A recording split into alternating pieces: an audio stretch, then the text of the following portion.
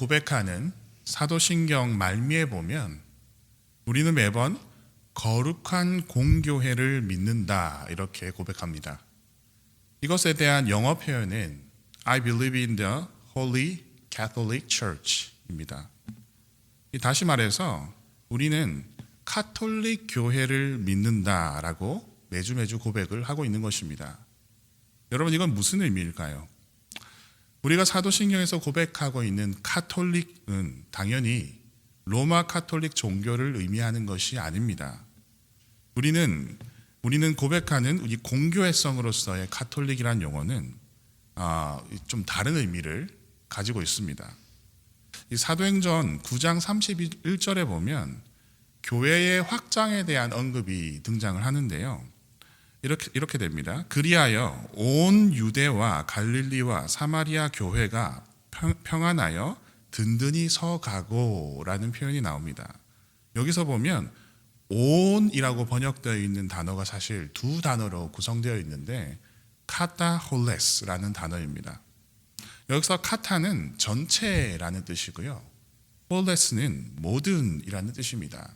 즉 문자적으로 해석을 하자면 전체적으로 모든 교회가 지금 든든하고 평안하게 서가고 있다라고 표현을 하고 있는 것입니다.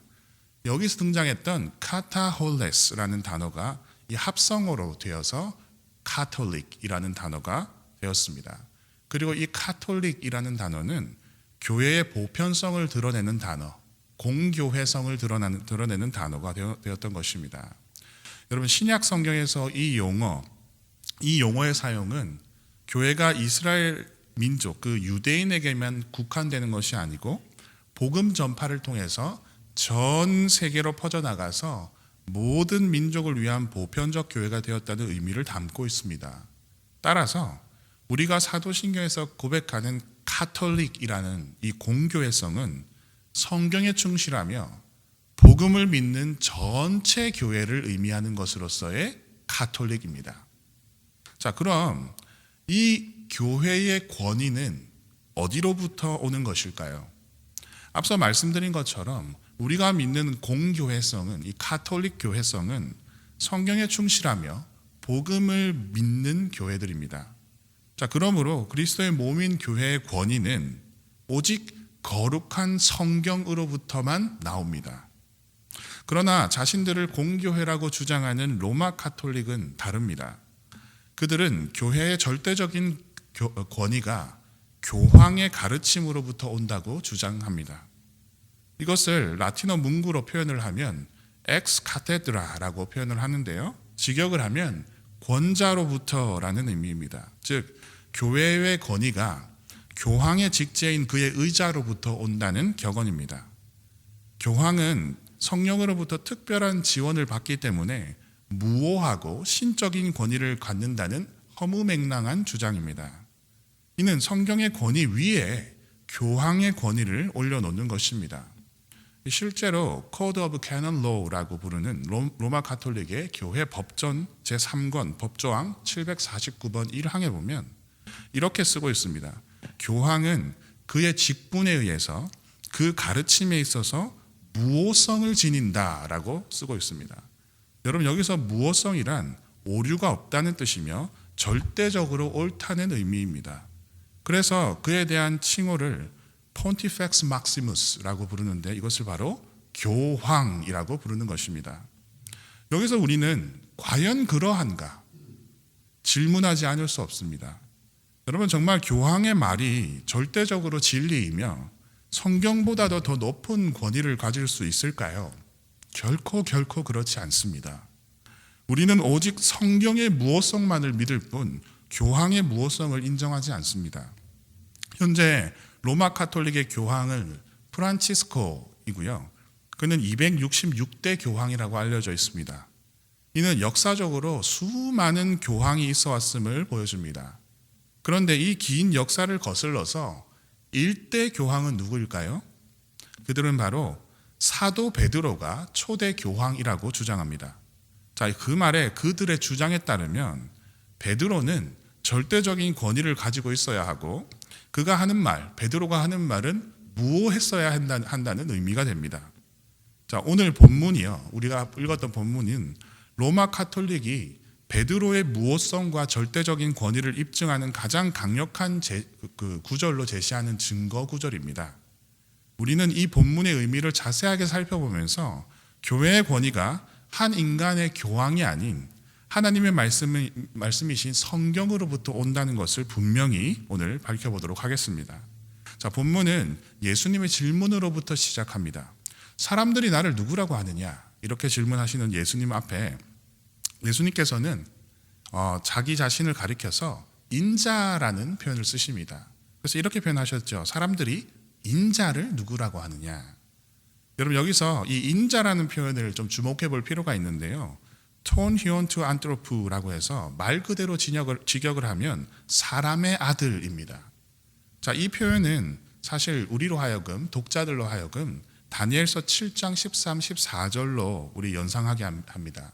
비록 이 단어의 뜻은 사람의 아들이지만 이 다니엘서에서 사용된 이 문맥을 보면 하늘의 근거를 두고 모든 나라를 다스리시는 신비로운 존재를 칭하는 단어로서 인자라는 단어를 썼습니다. 따라서 이 인자는 신성과 인성을 동시에 가지신 예수 그리스도를 나타내는 가장 적절한 호칭으로 사용되고 있는 것입니다. 자, 예수님의 질문에 제자들은 사람들이 이런 식으로 얘기를 합니다라고 예수님께 이야기를 하는데요. 세례 요한이라는 등 엘리야 또는 예레미야 또는 선지자 중에 하나로 생각합니다라고 대답을 합니다. 이 모든 사람들의 특징은 바로 선지자입니다. 그러니까 당시 사람들이 예수님에 대해서 어떤 비범한 선지자와 같다라고 생각을 했던 것입니다. 그렇지만 그 사람들이 세례 요한과 같은 선지자이다라고 예수님을 여겼을 뿐 예수 그리스도를 예수님을 메시아로 여기지는 못했습니다. 자, 그런 대답을 들으신 예수님은 제자들에게 다시 똑같은 질문을 하십니다. 그러면 너희는 나를 누구라고 생각하느냐? 그러자 우리가 익히 잘 알고 있는 제자 베드로의 고백이 등장하는 것입니다. 16절 보면 시몬 베드로가 대답하여 이르되 주는 그리스도시요 살아계신 하나님의 아들이십니다 라고 고백을 합니다. 여러분, 여기서 주는 그리스도입니다 라고 고백하는 이 그리스도는 자기 백성을 죄에서 구원하실 메시아입니다 라는 고백과 같습니다. 여러분, 베드로는 예수님을 단순히 선지자들이 아닌 메시아로 고백을 한 것입니다. 여러분, 당시에는 누군가의 정체성을 밝힐 때 반드시 그의 아버지의 이름을 언급하는 것이 관례였습니다. 예를 들어서 눈의 아들 여호수아, 아모스의 아들 이사야, 아mit대의 아들 요나 이런 식입니다. 그래서 베드로 역시 예수님의 정체성을 드러내면서 그의 아버지의 이름을 언급합니다. 바로 이렇게 언급합니다. 살아계신 하나님의 아들이라고 언급합니다. 메시아 예수, 이렇게 고백한 것입니다. 그 고백을 받으신 예수님은 그를 축복하십니다. 17절 보시면 예수께서 대답하여 이르시되 바 요나 시모나 내가 복이 있도다. 이를 너에게 알게 한 이는 혈육이 아니요 하늘에 계신 너의 아버지이시다 라고 축복해 주십니다. 그럼 예수님께서도 베드로의 정체성을 밝히십니다. 여기서 보시면 바 요나 시모나 라고 하는 이 바는 누구누구의 아들이라는 뜻입니다. 그러니까 요나의 아들 시모나라고 이야기를 하신 것입니다. 주님은 그에게 복이 있다라고 축복을 하셨는데요. 이는 특별 계시를 받아서 영생의 복을 얻는 것을 의미합니다. 본문에서 베드로에게 이 복이 선언되는 것을 우리가 보았지만 동일하게 너희가 복이 있도다라고 말씀하시는 부분이 마태복음 13장 16절 17절에 보면 모든 제자들을 향해서도 똑같이 선포되었습니다. 더욱이 그보다 앞서서 마태복음 5장에 보면 우리가 익히 잘 알고 있는 대로 산상수훈에서도 예수 그리스도를 믿는 모든 자들에게 복이 선언되었습니다. 따라서 성경은 베드로만이 특별한 복자가 된 것이 아니라 예수님을 믿고 영생을 얻은 모든 사람들이 분명히 복이 있다, 영생을 얻었다라고 선언하고 있습니다. 여러분, 베드로의 본래 이름은 시몬입니다.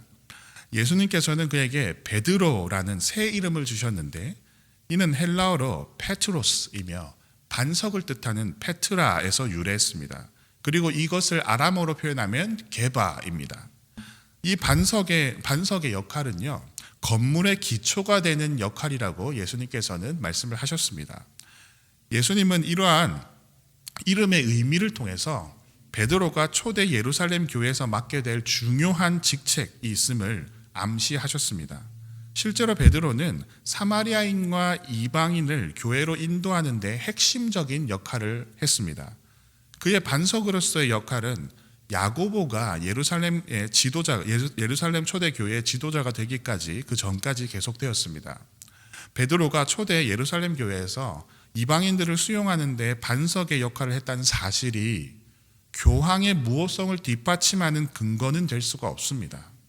베드로전서 2장 4에서 8절을 보면 오히려 베드로는 교회의 참된 반석은 자기 자신이 아닌 보배로운 산돌이신 주 예수 그리스도라고 분명하게 가르치고 있습니다. 아울러 베드로가 무어한 교황으로 추앙을 받는, 또 그렇게 오해를 받는 본문이 19절인데요. 19절을 제가 읽어드리겠습니다. 내가 천국 열쇠를 너에게 주리니 내가 땅에서 무엇이든지 매면 하늘에서도 매일 것이요 내가 땅에서 무엇이든지 풀면 하늘에서도 풀리리라 하시고, 자, 이로 인해서 교황을 상징하는 이미지가 바로 열쇠가 되었습니다. 하지만 이 말씀은 베드로 개인에게 주시는 것이라기보다 교회 전체를 향한 말씀입니다. 성경은 종종 하나를 통해서 전체를 나타내는 제휴적 표현을 사용하는데요. 여기도 마찬가지입니다. 예수님께서는 베드로에게 교회의 기초, 교회의 반석이 되었다라고 언급하신 이후에 그 교회의 천국 열쇠를 주시겠다고 약속을 하신 것입니다.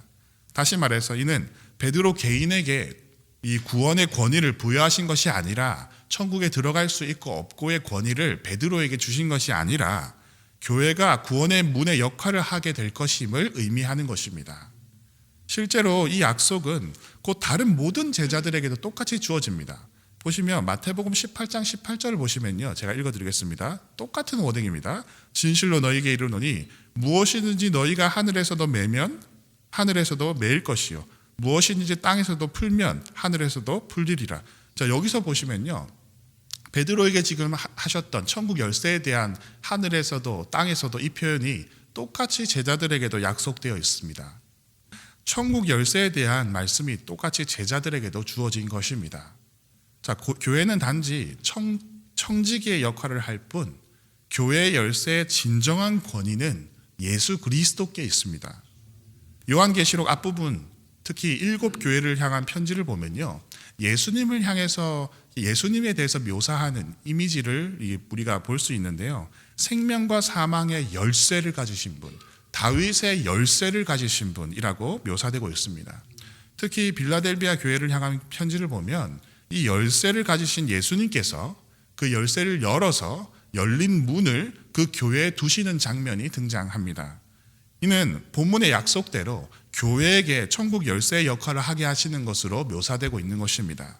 자, 따라서 우리는 본문을 베드로가 교회 위에 서서 구원의 절대 권력을 지닌 무한 존재가 되었다고 해석을 해서는 안 되는 것입니다.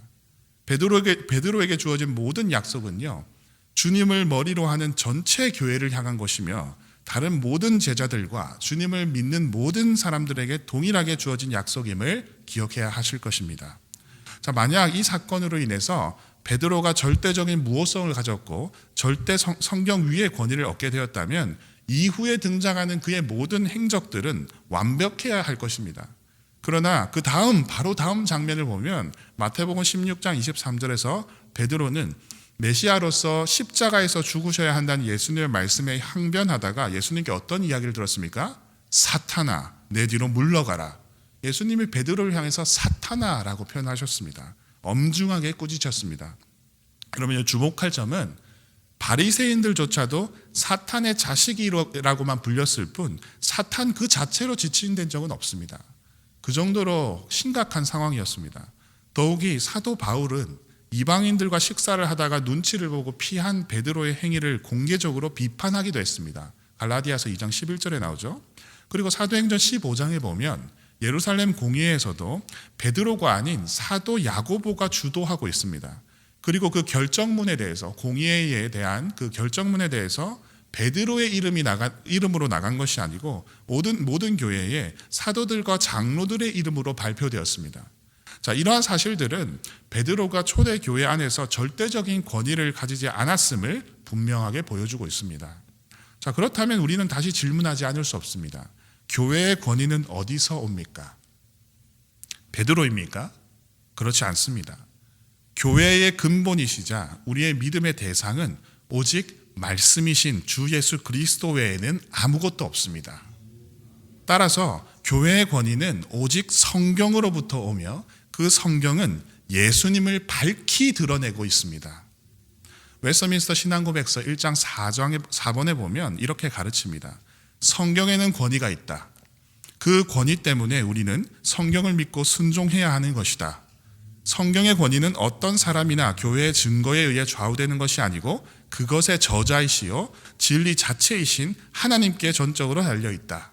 그러므로 우리가 성경의 권위를 받아들여야 하는 것은 그것이 하나님의 말씀이기 때문이다. 여러분, 따라서 교회의 권위, 즉 성경의 권위 외에 교회를 위한 그 어떤 다른 권위도 존재할 수 없음을 믿으시기 바랍니다. 오직 하나님의 말씀이신 주 예수 그리스도만이 교회를 위한 무어한 권위를 가지십니다. 오직 모든 영광은 어떠한 인간이 아닌 오직 주 예수 그리스도께만 돌려져야 하겠습니다. 우리 다 같이 기도하겠습니다.